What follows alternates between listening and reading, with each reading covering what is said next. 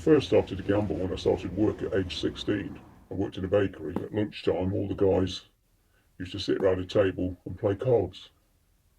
And it started off, we paid for paying a penny per spot, as it was called, then 10p a spot, and it snowballed from there. It became a compulsion. I remember one occasion I lost my whole salary, and I had no money to give my mum, and she went ballistic. I lied. I said that I'd lost my wage packet on the way home, but of course I didn't. I mean, gambling is an addiction, so I think if you've not got a lot of money, the dream is to get more money, isn't it? And one way of doing that is by gambling. And everybody thinks that, this last 5 pence in the slot or this last pound on the horse is going to come up a winner. And it very rarely happens. I think that's why I think they're just very easy to target poorer people.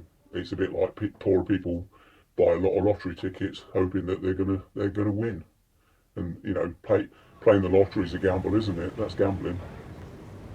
Going out drinking for the first time, and a lot of my friends were into bookies and betting on the football and horses. When we'd go out before a big night out, put a few bets down, see if we get a bit more money for the night. That would always lead it doing a bit of betting at the end of the night as well. As time went on, I didn't really realise it was happening, but I just became addicted. I spend most evenings either at a bookies or online. The time I'm supposed to be spending with family these days, I'll sneak off. I'm in a bit of debt really because of it. I'm just finding it really, really hard to stop, to be honest with you. I had a lot of brothers and sisters, so when I should have been saving up to buy them presents for Christmas and birthdays and things, I was spending it on gambling and I had no money at all. And what happened was I went on a night out with a couple of friends and they wanted to carry on the party. And for me, I'm all for it. I was young at the time, I just finished up university. And what I didn't realize, and this is why my friends went to casinos, because they give you free food and free drinks. I'm not sure if they do it now, but I know in Vegas they still do it. So that was the reason why we went to the casino. Usually when you check in, there's a person that sits at the front, you hand a card or they check your ID, but it's always closed by these double doors.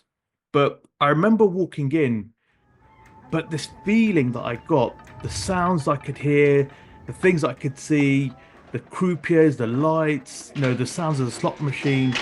And I remember walking down these steps because I was in Birmingham at the time. It was actually a casino on Broad Street. And we were having a good time, but also that amplified with other people having a good time too. But I took £20 into £60 within 30, 40 minutes. In my head, that was quick and that was easy. I'm not proud to admit this, but there's certain times where I've had money and it's supposed to go toward my kids for one thing or another. It just goes to the bookies, My marriage as well, it's on the rocks. We're struggling. My wife knows about my problem and she's tried to help me. She's tried to be understanding, but anyone with an addiction will tell you it doesn't matter necessarily how much someone helps you. If you don't, at your core, necessarily want to stop, you never are going to stop. The amount of time it took me to get there, the travel, fuel, I could just jump on my phone. The emotions that I got off the back of that was a place of where no one knew who I could be, especially being from the South Asian community and being a Sikh. There's this level of lifestyle that you have to uphold yourself in society. I run the YouTube channel Addicted Recovery. My channel is here to help people break free from addiction, specifically gambling addiction. I was in addiction for 20 years and I've now been in recovery for over 3 years, and I have learned so much in the 3 years that I've been clean, I've been on the outside. And if I can help somebody not suffer 20 years of pain and misery, if I can help pull them out of addiction earlier than they would have by themselves, then my mission is complete. That's what my channel is there for, to help people understand what I've understood, but help them get to it a little bit quicker than I did. People get high from drugs. Well, you get high from gambling as well. And that's the feeling. And it's about, when the horses are nearing the finishing line, if your horse is in the lead, you think, I'm going to win big money. Don't always happen. And sometimes it never happens. It's the thought that this next race is going to win me big money. The place I live in, a place called Slough. Slough is one of the most deprived areas in the UK. I think it's hit one of the top 10. But yeah, I've got a neighbouring town, which is also famously known called Windsor for Windsor Castle. In Slough, we have approximately 40 bookmakers compared to Windsor. Do you know how many Windsor have? 2. I think personally, partly the council are to blame, but what is there for people in this working class town in the town centre, you just have betting shops and takeaways. Seems to be the poorer the town gets, the more these kind of companies move in, and people might, like me, get caught in the crosshairs, you know? At the same time as my parents actually divorcing, which I always disagreed was anything to do with it, but as I've become older and sort of processed everything, I realised that was like the instigator. It was me escaping from reality. I couldn't quite accept what happened. And then there was a couple of early big wins as well. One of them at like 13 years old, and there was another one at 14 where the whole family were involved. We were all betting on this horse that had the same name as myself and my nephew, and literally all 7 or 8 of us in the room were just all jumping for joy. And that feeling of just everyone being involved, I was chasing that for the next 20 years without even realising until I came to terms with my addiction. I've wasted so much money. I could have had a lot of money in the bank. I could have had a better start in life. I could have given my son a better life. I tried my best once he was born because I stopped gambling. I had to.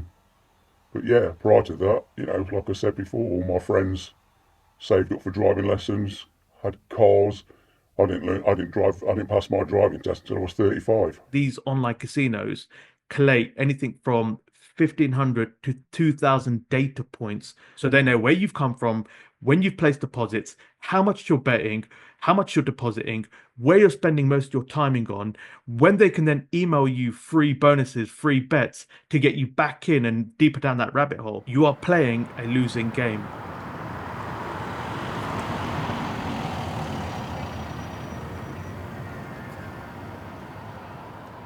Basically, when I was 15, on the way home from school, I used to wander into a betting shop because I knew a guy who used to go in there, and he used to take me in with him. Every single person bets, even if it's only on the lottery.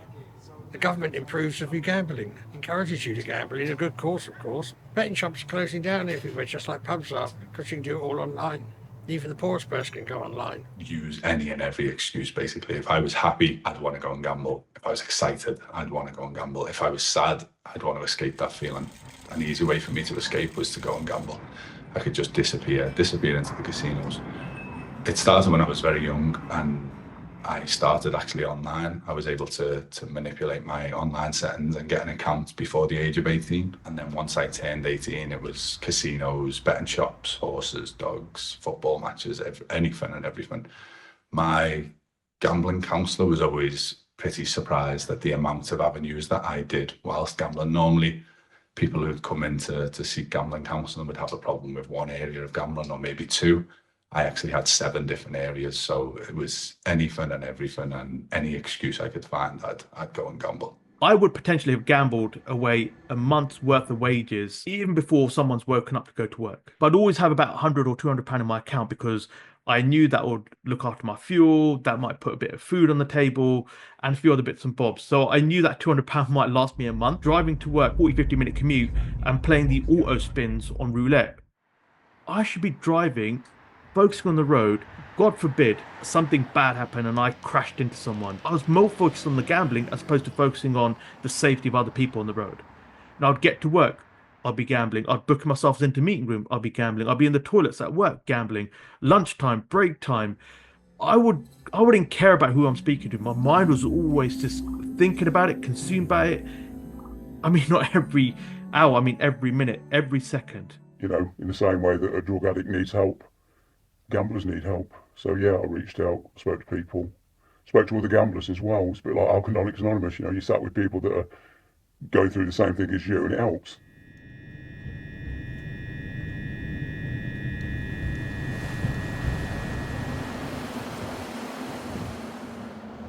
I first got into gambling when I was 16, when I went into a betting shop to put a bet on a football match, and I put money in the machine while I was waiting for a friend, played roulette for the first time. I won money, obviously that sucked me in. Machines obviously were on every high street. You were able to bet up to £100 a spin on roulette. It was a spin every 20 seconds, so it was a fast-paced casino game in an easily accessible venue. Obviously I ended up staking up and betting more and more over time and chasing losses until eventually I was betting up to the maximum. If you win money, you want to gamble more. If you lose, you want to chase it. And you only feel like you are at peace when you're gambling. And that's the real kind of prison that it creates around you. Just the feeling of being productive with minimal effort is just such a euphoric feeling, and that's what gambling sells. That you don't have to put much work in. You just have to pick a name, pick a horse, pick a football team, and you can turn your life around. But unfortunately, it very, very rarely ever works out like that. Relationships with my friends. I mean, some of my best friends I haven't heard from in months because, you know, I borrowed hundreds of pounds, even thousands of pounds off a few of them, and I haven't paid any of it back. It's all gone. The house always wins, you know. I've invested this much into gambling compared to that person next to me. I'm due a win. I'm more deserving of this win. It's going to come my way. But unfortunately, that's not how gambling works. So that money is gone. It's never coming back. I can stop today, and I can start building up my own balance, or I can just keep doing what I'm doing. And it'll just, it's like a chart. If you imagine a chart going down, every little win I do would put a little speed bump up and tip it back up again, but then it would just carry on going down. There was no way I was ever going to win my money back. There's no way if I went back gambling that I'd get my money back. I know it's gone. I've accepted it. It's gone, and that's helped me stay stopped. Work out your policy, which mine is just always spend half of it, save half of it, of whatever I cash in. Then you end up doing things that you normally couldn't do. I've had a really good run just recently, so it's gone away, but at the moment I've hit a bad patch, so I cut my betting down, right down to what I can afford, so I don't get caught chasing good money after bad.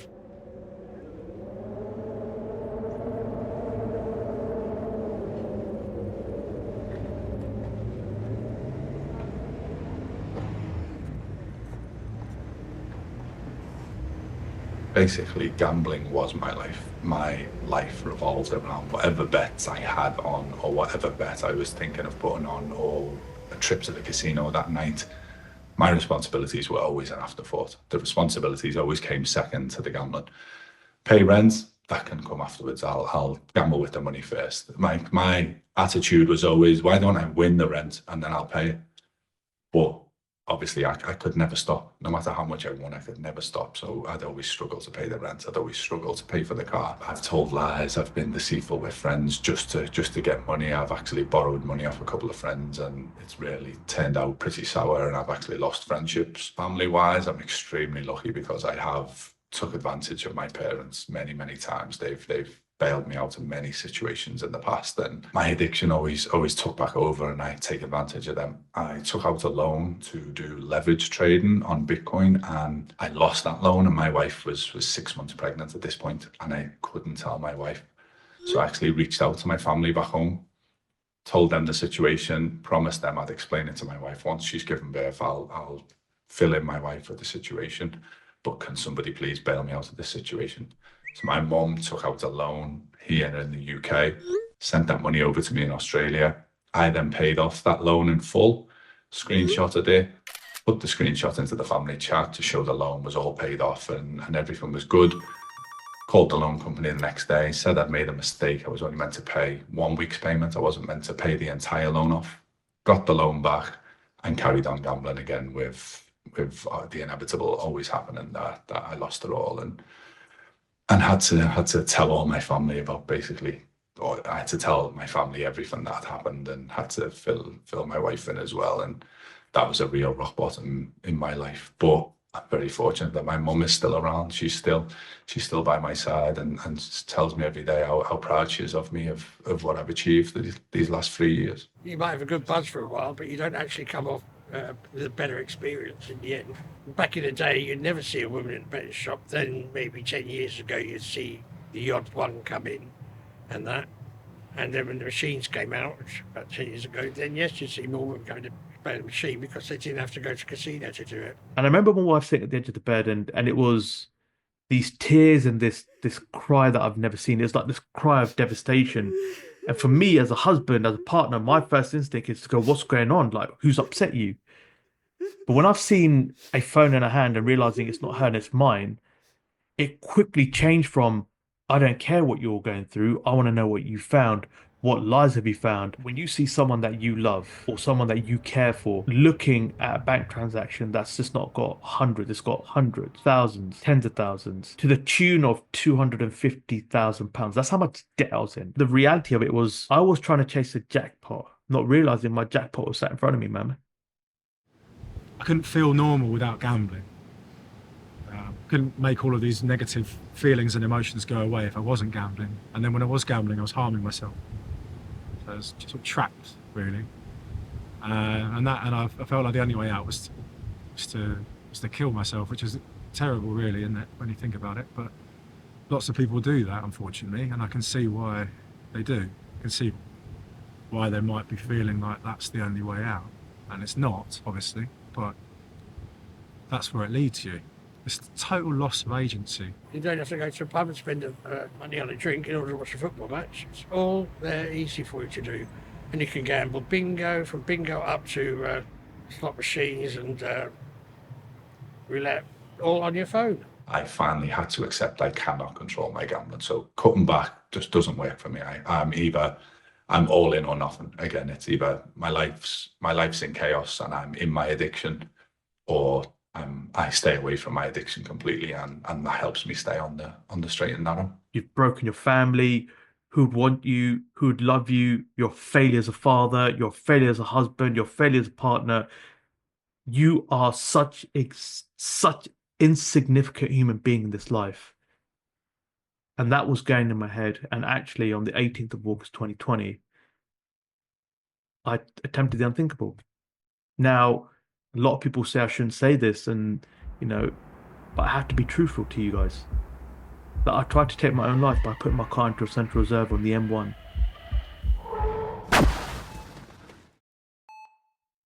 I didn't care if I was dead or alive. I just wanted the pain to stop, because I saw what it would take to come out that hole, and it was easier for me to pack it in and call it quits, as opposed to taking that climb. The universe, God, spirituality, whatever you want to call it, had other plans, because I walked out that without any broken bones and a few scratches. And it was only till like 2 days after. So my 2-year-old son, his name is Jeevan. And in our language, that means life or bringer of life. And there was this moment I had with him over a French fry, out of all things. He said, "Dad, I'm just lucky."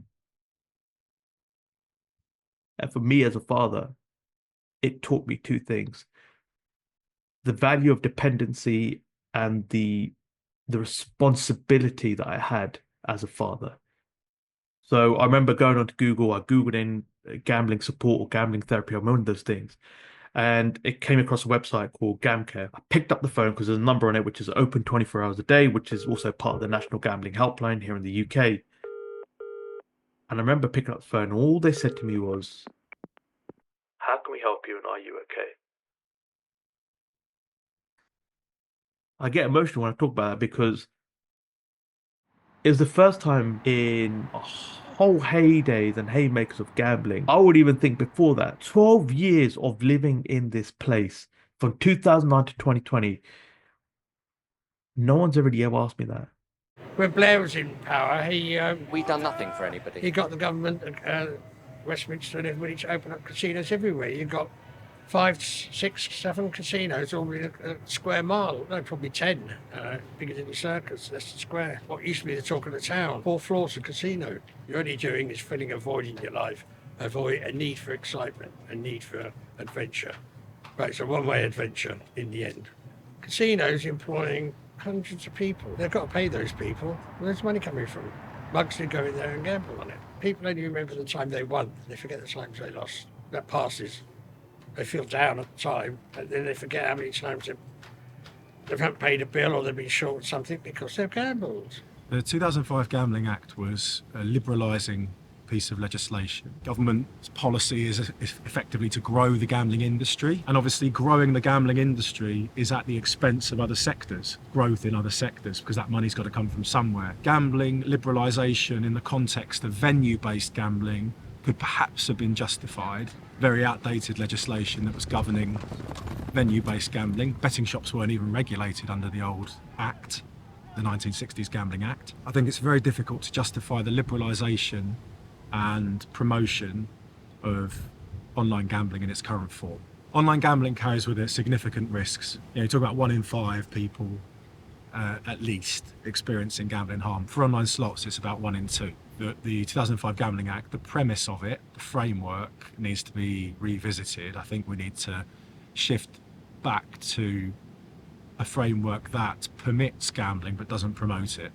That people, if they want to gamble, they should be able to, and should be able to do so safely, but we shouldn't be trying to get more people to gamble. The real illustration of that approach is to gambling advertising and how permissive we've been in allowing gambling operators to advertise to the extent that they have, and in the various different formats that they have. So we campaigned for a stake reduction on fixed odds betting terminals from £100 down to £2 a spin. By the end, about 93 different local authorities had supported £2 a spin, what was called a Sustainable Communities Act proposal that went to government, which pressured them into doing the review. But it was Tracy Crouch becoming the gambling minister that was the real game changer. She was a supporter of ours when she was a backbench MP. Under Theresa May, when she was Prime Minister, she approved the review that Tracy wanted to have of fixed odds betting terminals, and then that led to the stake cut. But it was just such a long road, and I think that's the first bit of legislation as a road back on the liberalisation of gambling since 2005. And it opened the door to the more recent Gambling Act review, in particular the stake limits on online slots, which are now £2 for under 25s, £5 for over 25s. We had to win the argument. Gambling products and their structural characteristics impact rates of gambling harm. That was not something that the government wanted to concede prior to then. They wanted to say, if someone's a problem gambler, quote unquote, then that's just because there's something wrong with them, basically, which is ridiculous. And because we won that argument on fixed odds betting terminals, that principle is now being applied to other things, to products online, which I think is really positive. We're in 2025. Technology's changed, social media's changed, influencers, celebrities, gaming linked to gambling, Roblox, FIFA packs, everything has changed. I know the UK government gets £3.5 billion in tax receipts from the betting industry, and now you can do more with it. Let's go back to humanity, because I think that's what we're missing. What do people need support with, and how can we as a society do the one thing that we've always been greatest at, which is be a community? So I want the government to relook the Gambling Act 2005. That also means working with organisations like myself, lived experience, key stakeholders to shape what that new act could look like. Gamblers Anonymous, face-to-face meetings exist in almost every town in England, in Australia. However, there's now Zoom Gamblers Anonymous meetings online. So there's a website which is www.gamblersinrecovery.com, and it lists every single Zoom meeting that's happening at that exact time, and for the next 5 hours, 10 hours, 20 hours.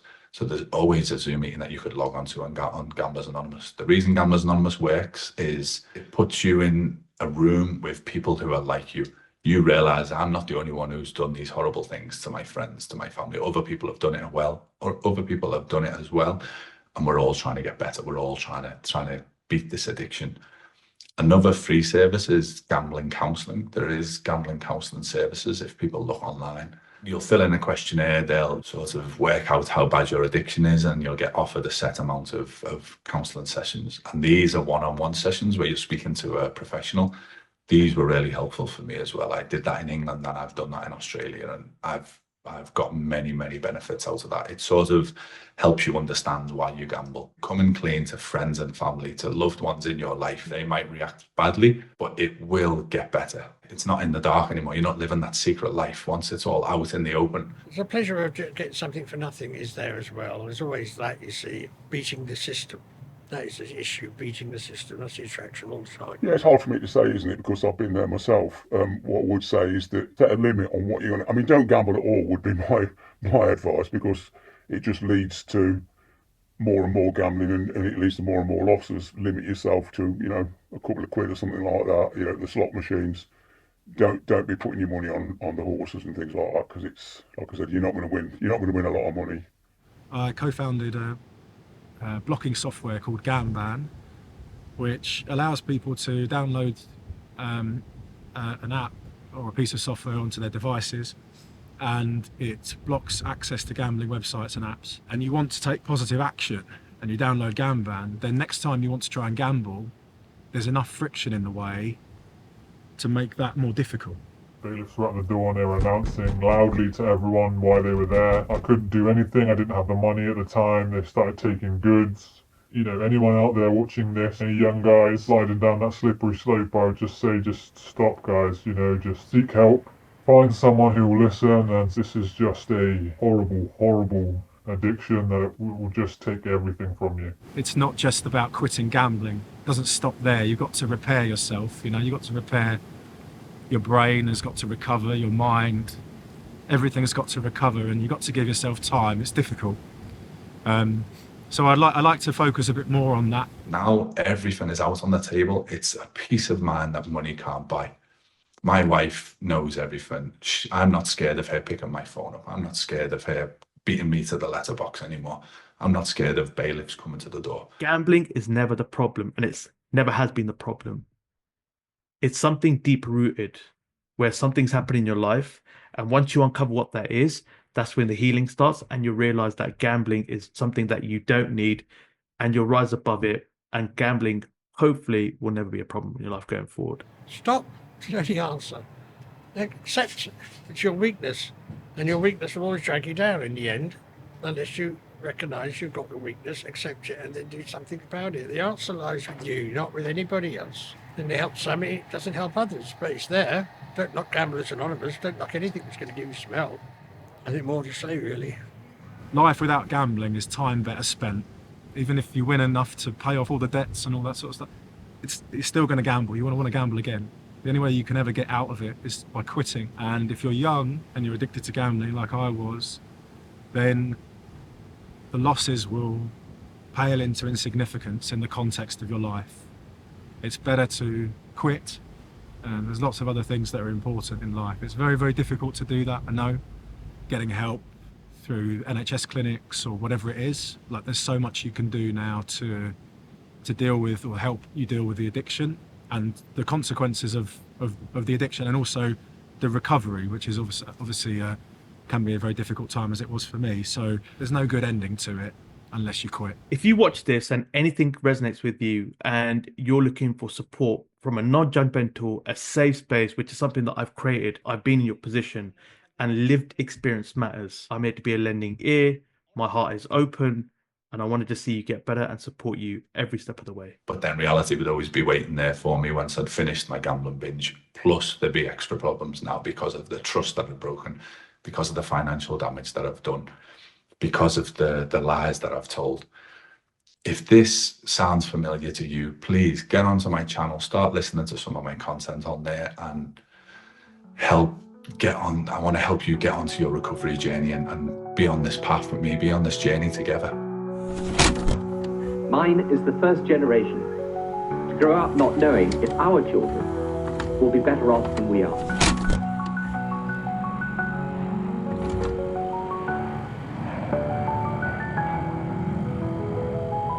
Please place your regrets. No more bets, please.